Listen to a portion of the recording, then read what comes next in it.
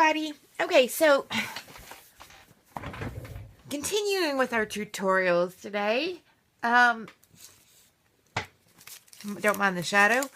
So you've got your great backgrounds done, whether they're on these little tags or they're on a journal page or something bigger or a big tag, whatever. And you want to add some focal images. And what you want to add is a stamp. So let's say you wanted to add these great Graphic 45 stamps. Okay? But you've got a lot of texture going on here. So it's not going to stamp very well because of all the highs and lows. So how do you get something like this when you can't stamp directly on here and get a good stamp? Well, before how I've done it is I would always dig out tissue paper, stamp on it, and pray that as soon as I hit it with glue, that it didn't basically melt on me. And that's no fun. So I was at Staples the other day getting some stuff printed off, and I found this really great paper. You can see it's sturdy. Okay, this is some sturdy paper, and it comes on this big roll. Let me see if I can get where you can see the end. Big, huge roll. It was $13 for this big, huge roll. And I forgot who made it, and I threw away the cover that was on it. But it called it sketch paper, a roll of sketch paper. And I got to thinking about, and I've been using this as drop paper. I've been using it between wet pages, stuff like that.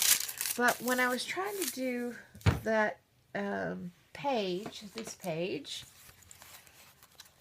where is he? This page, I got to thinking about this paper and how it's really pretty sheer, even though it's a really heavy paper. And so what I did was I stamped on here and use that. So all you have to do, and I'm gonna do this real quick, is tear some off. Pretty easy. Pick out the stamp you want. Ink it up with the permanent ink. I'm using StazOn, and I'm using black, but you don't have to use black. You could use any color you want. And you can use any permanent ink that you want. And then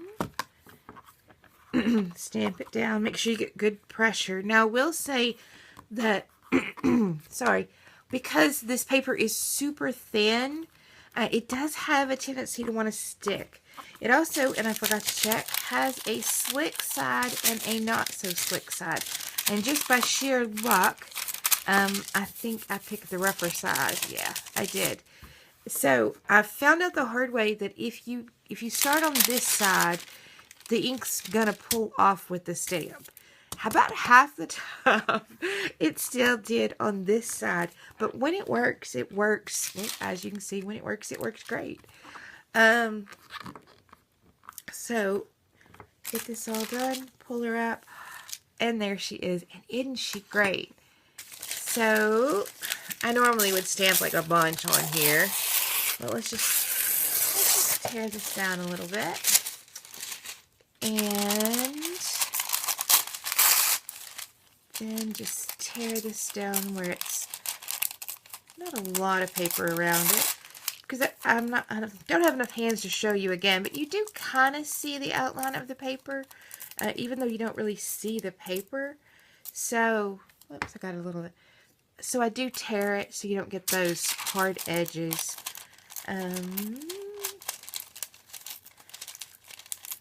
So I'm just putting my finger over the picture so I'm not tearing it up.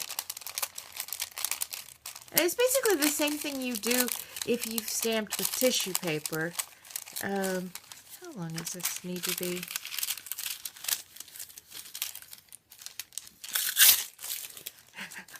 Just for quickness, I wasn't going to get that on there anyway. Let me just get some of this. Anyway, it's the same thing you do with tissue paper. It's just that you don't have the fragileness of the tissue paper. Or the expense if you go buy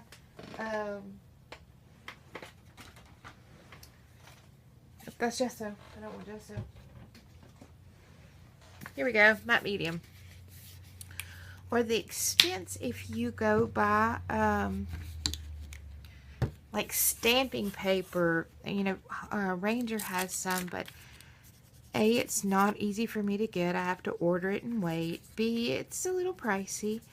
And then I'm like, you know, do I use something like that enough to actually justify having bought it?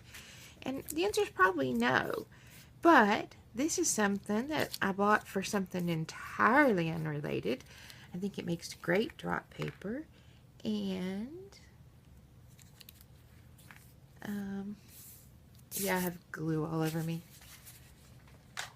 Just get a card and if I tried to do this with tissue paper, I'd probably just torn this. So I'm telling you, I am loving, loving, loving having thought of this. Okay, and I'm going to pull this back up a little bit to tear this off so it's not going over my hole. Just like that. And then just tear off where it went over the edges. I keep forgetting to, and I've zoomed the camera in so you could see better, and I keep forgetting that it zoomed in.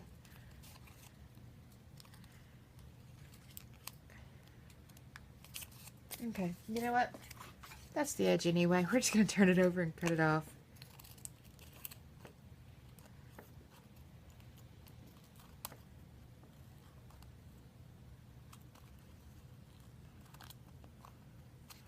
I have the world's dullest scissors. Plus, I think they're caked with glue and everything from the other day. I horribly mistreat my poor scissors. And, yeah, I didn't even cut. Okay, there we go. Sort of, almost, nearly. Y'all can now see for sure that I don't edit. Alright, and then let's add the lovely on there somewhere. Right here. Right there.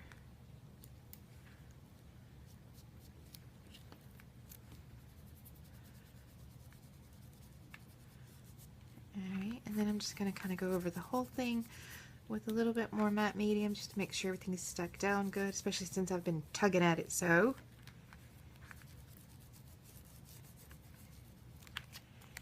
And once it's dry, I did tell you this paper was strong. Once it's dry, I'll ink my edges and everything. And then I can also, because I didn't already put my black and white on here, I can put them on there and kind of go around my image. But anyway, if you've already got a lot of texture built up and you decide you want to add a focal stamp, and like me, you don't want to wrestle regular old tissue paper, this this paper is pretty good. And like I said, I got it at Staples. I can't remember who made it. It may have been Stabler. But anyway, it was called Roll Sketch Paper. Like I said, it was about $13, $14. So anyway, there you go. There's your one more tutorial done. And I hope you enjoyed it. Bye.